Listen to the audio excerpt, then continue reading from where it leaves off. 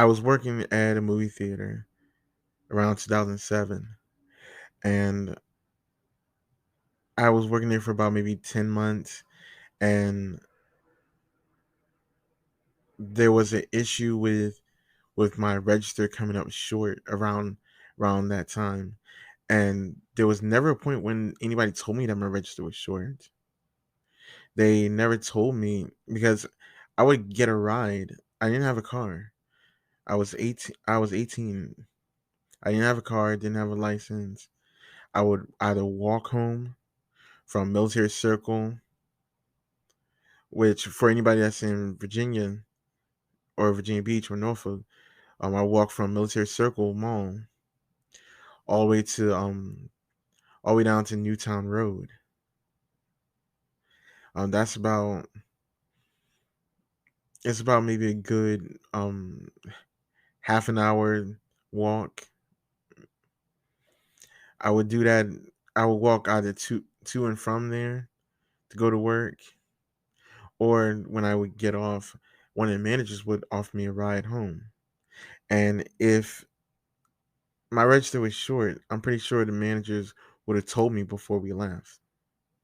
But they did everything to pin this on me that I was trying to cheat the system, and I was trying to um, get free snacks and stuff like that, and give discounts to my friends, which wasn't true.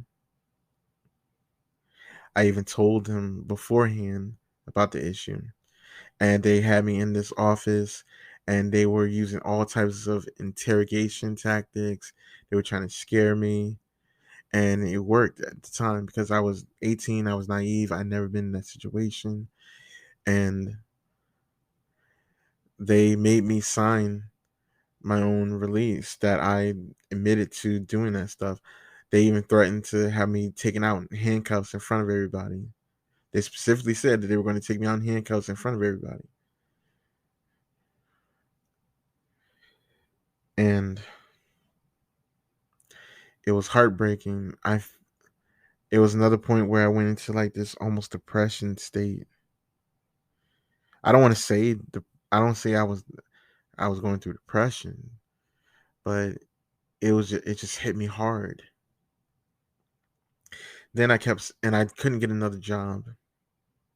I was afraid to because I didn't want the same thing to happen again.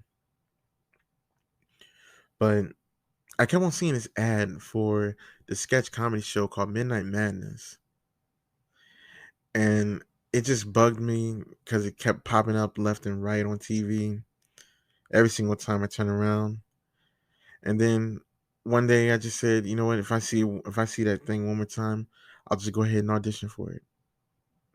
And I saw it one more time. As soon as I said it, I saw it as a sign.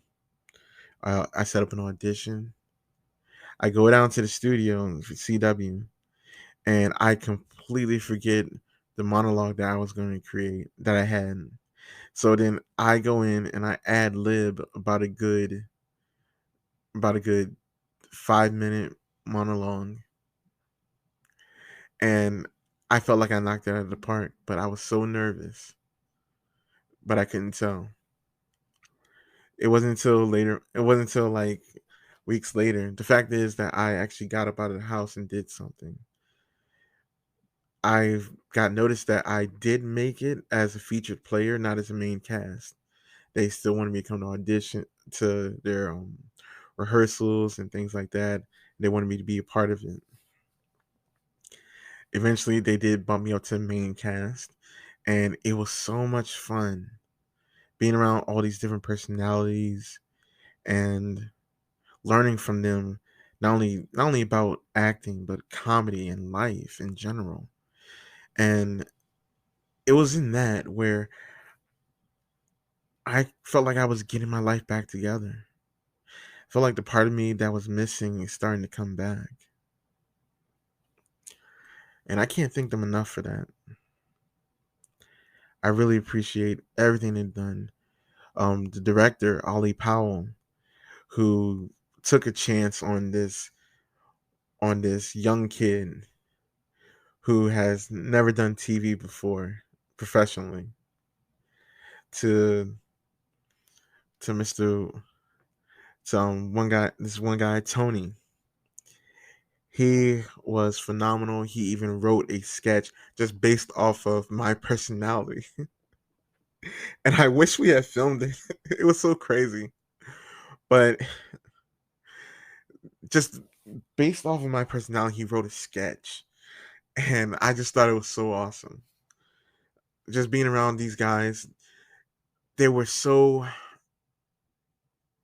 they were so talented, each and every one of them.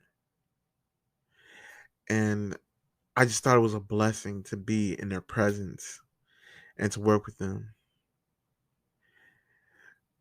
There's so many people that I can't even remember their names, that came through. But um I think Miss Danielle, she was hilarious. And I saw her as like another big sister. And Tony I saw as a big brother. Like these guys just all had so many different traits to them. One guy, Quincy Carr, who is a comedian, who is a hit. He is everywhere. Now he was a huge standout, and he was one that helped get me mine. He was kind of one that kind of helped me get a little bit of a swagger. Like I learned something from each one of them, and I feel like I can never repay these guys. Like I don't even think they even knew that I was going through something at the time. But it doesn't even matter. Just them being them and looking out for me meant so much that I don't even know how I would be if I would be I don't know where my mind would be at if it wasn't for that. So, if you guys are listening, I just want to say thank you so much for all the time that we had together, all the things that we've done. You guys are phenomenal. And I appreciate you guys so, so much.